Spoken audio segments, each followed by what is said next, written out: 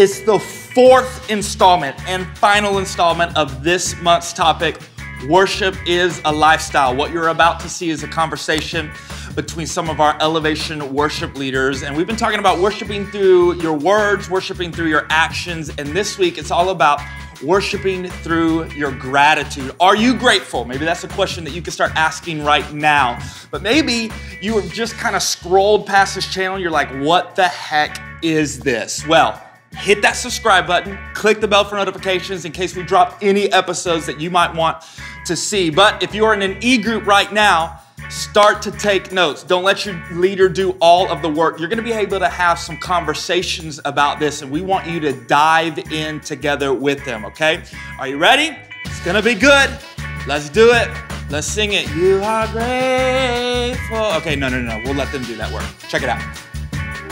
I also kind of start to think, like, where do our words come from? Like, are they coming from God? And how do we hear God? Like, what are some of the words that, like, what do you hear when you worship? Or like, what do you feel? What are you thinking about when you're in moments of worship?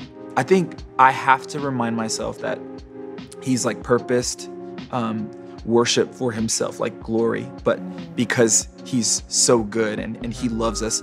And I also think that like salvation through worship, I kind of go there a lot, like the grace and mercy of Jesus, because I mean, that's the foundation of why he sent like his son, why he created us is like to bring us back to him. And I think I get into that space a lot when I get in worship. I love that you said that worship is for him. Because I think a lot of people tend to forget that, like, no, God doesn't need our worship. Right. I think our worship doesn't change God, but our worship changes us. Yeah. That's the beauty of, like, hey, maybe sometimes I can be so self-centered and so self-focused that I start to make everything I do about me. But when you do live a lifestyle of worship, or you do listen to worship, or you do worship, it starts to change who you are, because maybe you're bitter.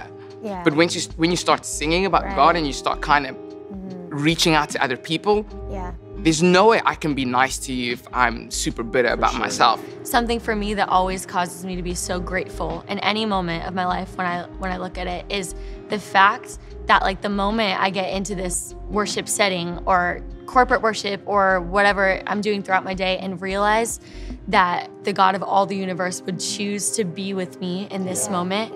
Like, that's kind of what worship is too, of like, when we're in this setting, we're kind of like awakening our own consciousness to the reality that, like, God is desiring to be with us. And that's true in every moment of our lives. Like you were saying, like in the highs or the lows, like when we really are awakened to the reality that God is with us in this moment and he wants to be with us and know us, that causes my heart to be so grateful that, like, he would love us enough to be with us. It's all about the posture of your heart. I can tell you of so many times when I was leading worship and I maybe didn't feel like it, but we see so many times throughout scripture where worship is a command. It's not like this option, but it's a command that we as believers are to obey. And I think as worship leaders or worshipers in general, we're in this unique position where a lot of times we have to point people to a place that we maybe haven't like mastered yet, or we have to point people to a place that we may not be feeling. But I think if we're just relying on that feeling, then we're worshiping the feeling. That's true. Rather than, and which is idolatry, rather than like me having to wait for a feeling to come or emotion to come is worshiping the feeling. It's so easy for us to run to Jesus in that brokenness. We broke up with our girlfriend and it's like, oh God, I need your love. You're like what makes me whole. Or you have like a family member in the hospital and it's like, that is our go-to. And that is so appropriate. Jesus welcomes us. His spirit is with us, is by us, is walking us through each moment.